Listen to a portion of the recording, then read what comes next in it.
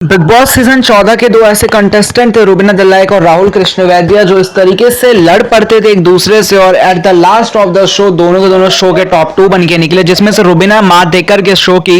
Winner बन गई। अब खबरें सामने आ रही हैं कि रुबीना दलाइक की परफॉर्मेंस के ऊपर पहली बार राहुल कृष्णवैद्य ने कुछ बोला है। जी हाँ दोस्तों, अगर आप देखें तो प्रीमियर एपिसोड के दौरान राहुल वैद्य कहते हुए नजर आए थे कि Rubina Dilaik is going in Khatron Ke Khiladi, अब मजा आएगा, ये वो so blah blah and lot of thing he was saying. तो ऐसे में खबरें सामने हैं कि रुबीना दलाइक के खतरों के खिलाड़ी सीजन 12 में जाने के ऊपर पहली बार राहुल वैद्य का रिएक्शन है रुबीना के स्टंट्स को देख के, रुबीना के परफॉर्मेंसेस को देखने के बाद। जी हाँ दोस्तों, राहुल वैद्य इज शॉक्ड। राहुल वैद्य ने कुछ ऐसा कहा है रुबीना दलाइक के लिए जिसको सुनने के बाद may be fans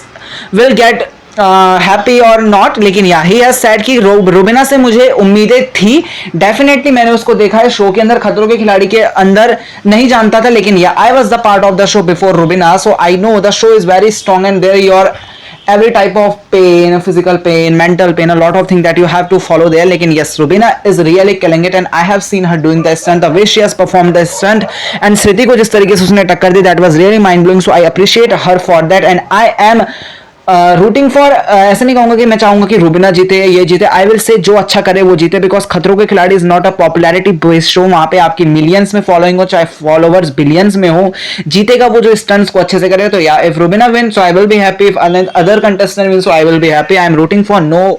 personal opinion नहीं है ऐसा किसी के लिए, but yeah for Rubina I knew her so I will say yeah she can win that show.